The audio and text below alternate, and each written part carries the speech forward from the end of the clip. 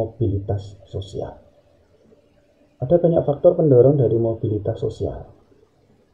Yang pertama, perubahan kondisi sosial. Ini salah satu contohnya adalah kasta. Masih ingat? Kita pernah belajar tentang kasta. Kasta itu adalah tingkatan yang ada di dalam masyarakat yang pada waktu itu dianut oleh agama Hindu. Ada kasta yang paling tinggi yaitu Brahmana, di bawahnya Ksatria, Waisya, Sudra. Nah, di situ ada tingkatannya, ya, ada tingkatan yang berbeda. Nah, perubahan kondisi sosial ini, contohnya dengan kasta, itu akan terjadi mobilitas sosial, ya, akan terjadi perubahan. Kemudian yang kedua, ekspansi teritorial atau perluasan daerah.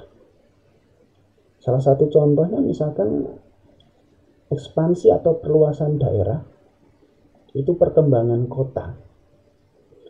Contoh misalkan daerah A ini misalkan awalnya adalah desa yang berbatasan dengan kota. Kemudian kota ini semakin berkembang dan desa ini menjadi kota. Nah, berarti di situ pasti ada mobilitas sosialnya. Ada perubahan yang terjadi di dalam masyarakatnya. Maka perluasan daerah itu bisa menjadikan pendorong dari mobilitas sosial. Kemudian yang ketiga, pembagian kerja. Pembagian kerja ini tentunya pasti berkaitan dengan pendidikan.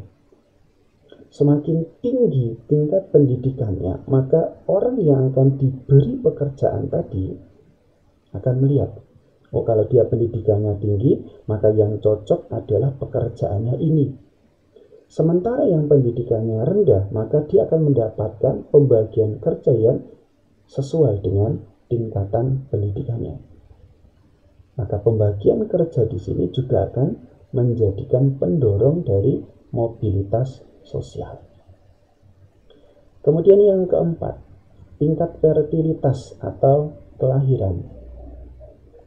Tingkat fertilitas atau tingkat kelahiran ini justru terjadi pada masyarakat yang tingkat ekonominya menengah ke bawah. Itu yang kelahirannya tinggi. Nah, dengan kondisi yang seperti itu, yang masyarakat golongan menengah ekonominya ke bawah ini tadi, mereka akan berusaha keras, akan bekerja keras untuk mencukupi kebutuhan keluarganya. Maka di situ juga akan mendorong mobilitas sosial. Kemudian yang terakhir, situasi politik. Kalau kita berbicara tentang politik, sekali lagi kita pernah belajar dulu tentang politik dari kata politeia, kekuasaan. Maka situasi politik ini akan berhubungan dengan aman atau tidaknya.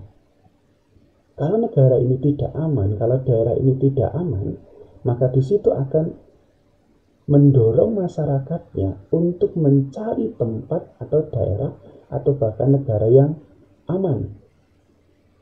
Nah, aman di situ ini menjadi daya tariknya.